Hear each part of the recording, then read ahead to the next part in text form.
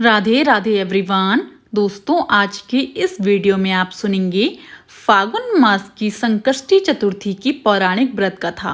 28 फरवरी 2024 को संकष्टी चतुर्थी आने वाली है। दोस्तों, फागुन माह के कृष्ण पक्ष की चतुर्थी के दिन संकष्टी चतुर्थी का व्रत रखा जाता है और इसे द्विजप्रिय संकष्टी चतुर्थी नाम दिया गया है। इस दिन प्रथम पूजनीय देवता भगवान गणेश का पूजन किया जाता है और उनके आशीर्वाद से शुरू किया गया अवश्य सफल होता है। साथ ही कार्यों में आ रही बाधाएं भी दूर होती हैं।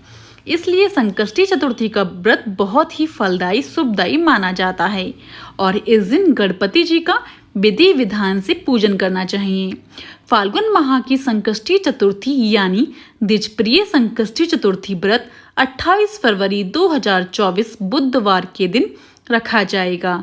इस दिन पूजा के बाद व्रत कथा अवश्य पढ़नी चाहिए भक्तों को। कहते हैं कि संकष्टी चतुर्थी की व्रत कथा में मनोकामना पूर्ति का राज छिपा हुआ है। आइए दोस्तों, अब शुरू करते हैं द्विजप्रिय संकष्टी चतुर्थी की पौराणिक व्रत कथा। पौराणिक व्रत कथा के अनुसार एक बार भगवान शिव और माता पार्वती नदी के किनारे बैठे हुए थे। कुछ देर बाद माता पार्वती के मन में चौपड़ खेलने का विचार आया। उन्होंने शिव जी से चौपड़ का खेल खेलने के लिए कहा तो वे भी तैयार हो गए। लेकिन अब समस्या ये थी कि वहां कोई तीसरा व्यक्ति नहीं था जो हार जीत का निर्णय कर सके। इस समस्या का समाधान करने के लिए माता पार्वती जी ने अपनी शक्ति से एक बालक की मूर्ति बनाई और उसमें प्राण प्रतिष्ठा कर दी। फिर उस बालक से कहा कि तुम इस चौपड़ खेल के निर्णायक हो, तुम्हें हमारी हार और जीत का फैसला करना है। इसके बाद माता पार्वती और शिव जी के बीच चौपड़ का खेल शुरू हुआ। चौपड़ के खेल में हर बारी माता पार्वती जीत रही थीं और उन्हें कई बार भगवान शिव को इस खेल में हराया। उन्होंने कई बार भगवान शिव जी को इस खेल में हराया। इसके बाद माता पार्वती ने उस बालक से खेल का निर्णय बताने के लिए कहा तो उसने भगवान शिव को विजयी बता दिया।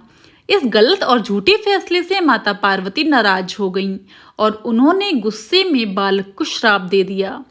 माता पार्वती के श्रापवश वह बालक लंगड़ा हो गया। बालक ने क्षमा याचना की तो माता पार्वती ने कहा कि यह श्राप वापस नहीं हो सकता, लेकिन इससे मुक्ति पाने का एक उपाय है। उन्होंने बालक को संकष्टी चतुर्थी का व्रत रखने को कहा। साथ ही ये भी कहा कि इस व्रत की विधि इस नदी किनारे आने वाली कन्याओं से पूछना और फिर विधि पूर्वक संकष्टी चतुर्थी का व्रत करना। बालक ने माता पार्वती के कहे अनुसार ऐसा ही किया और संकष्टी चतुर्थी पर कन्याओं से व्रत की विधि जान ली। इसके बाद नियम पूर्वक व्रत किया। बालक के व्रत व पूजा से प्रसन्न होकर गणेश जी ने प्रकट हुए और उससे वरदान मांगने को कहा। तब बालक ने माता पार्वती और भगवान शिव के पास जाने की इच्छा व्यक्त की तो गणेश जी उसे कैलाश पहुंचा देते हैं। कहते हैं कि संकष्टी चतुर्थी का व्रत रखने से भगवान गणेश जीवन से सभी बाधाओं और कष्टों को दूर करते हैं। दोस्तों, यहीं पर समाप्त होती है हमारी संकष्टी चतुर्थी की पौराणिक व्रत कथा। अगर आपको पसंद आई हो तो जाने से पहले मेरे चैनल को लाइक शेयर एंड सब्सक्राइब करना बिल्कुल भी ना भूलें। राधे राधे एवरीवन। आप सभी को संकष्टी चतुर्थी की हार्दिक शुभकामनाएं।